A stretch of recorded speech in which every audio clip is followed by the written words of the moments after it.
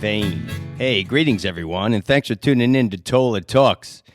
Hey, it's Thursday, September 3rd, 2020. You know what that means? Another day, another workout. It's always about another day, another workout.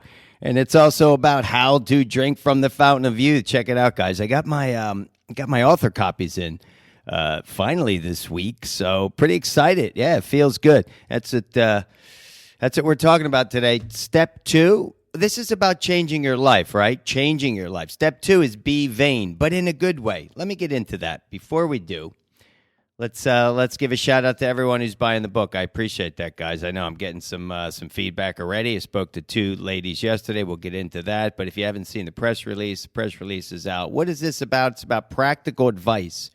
It is over 57 years of stories, but stories about experiences, right? Great experiences that have cultivated this lifestyle. But it's for anybody. It says it. You want to lose weight. You want to feel more energized. You want to be more confident. You want to define personal goals and aspirations, your dreams. It's a journal, right? You write them down. You take notes. I keep a notebook, keep the book as well.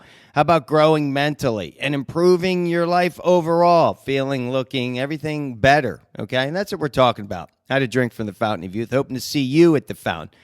But today we're going to talk about be vain. What is that? It's not the bad side of being vain. Yes, you might think, you look it up in the dictionary, it'll use the word excessive, or I tone that word down. It's not about excessiveness.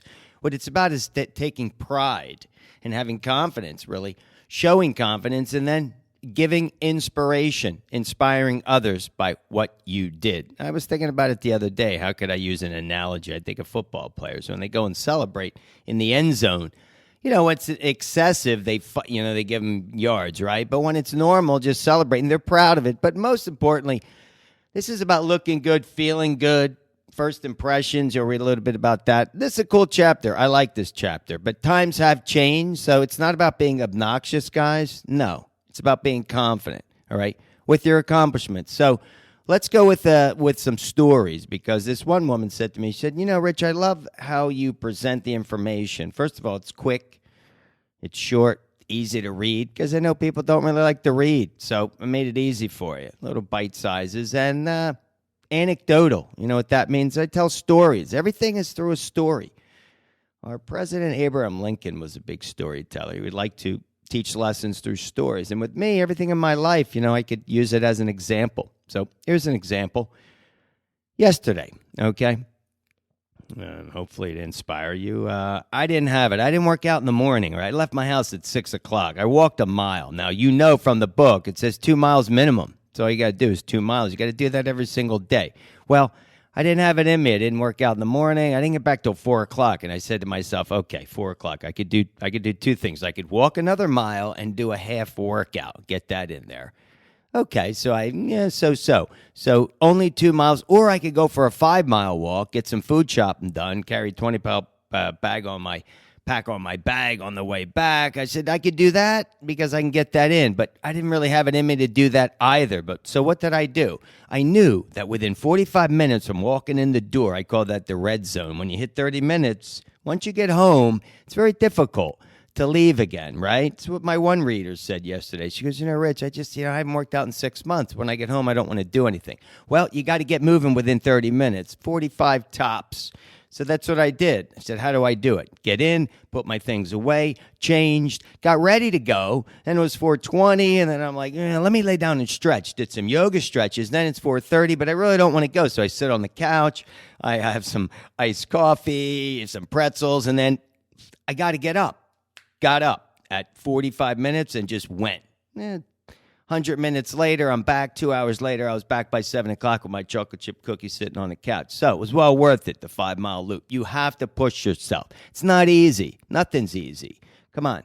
Drinking from the fountain of youth? No, I'm giving you all the secrets here, but this is how you want to live your life. Second story happened to me this morning. And let me give you this. If this person was a little bit more vain and came off with a little bit more confident, I would have done this. Okay, we sent out this press release, and you get a lot of feedback, all sorts of feedback. Interesting. So this is a media company, writes and calls, and actually I talked about this with one of my team members and said, let's call this guy back. But It was $1,300 basically for this service in the media world. And I said, well, that's interesting. I said, but I don't want to spend $1,300. That's 4 times the cost of the press release. How about if I spend $500 or $600 maybe? So anyway, I got him on the phone and I said, hey, listen, sounds interesting. What do you have for, something like 5 or 6, and can you put it in writing, right? So I asked the guy, listen, it's a value proposition. You tell me what you could do, if you can do it, for that number, which he did, but he also proceeded to call me 7 times in 48 hours, which it was like, okay, and he kept calling at 6 in the morning. He's in New York, we're in LA.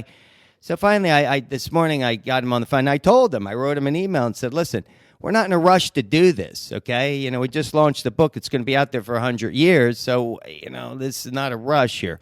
It's everybody knows that. It's not a sprint. Life is not a sprint, no doubt.